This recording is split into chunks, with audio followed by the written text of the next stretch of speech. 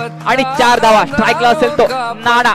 दोन्ही अनुभवी असे खेळाडू, एक तापडेकचा खेळाडू, एक मुंडगेगावचा खेळाडू. पाहूया, चेंडू भिरकावून दिला जातोय, चेंडू जातोय सरळ 6 धावांसाठी. षटकार.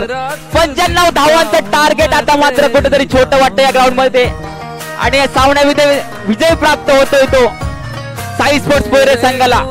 95 धावांचं टार्गेट होतं, एक चेंडू मध्ये 4 धावांची गरज होती आणि नाना याने मोठा फटका खेळला आणि आपल्या संघासाठी विजय प्राप्त करून दिला जातोय.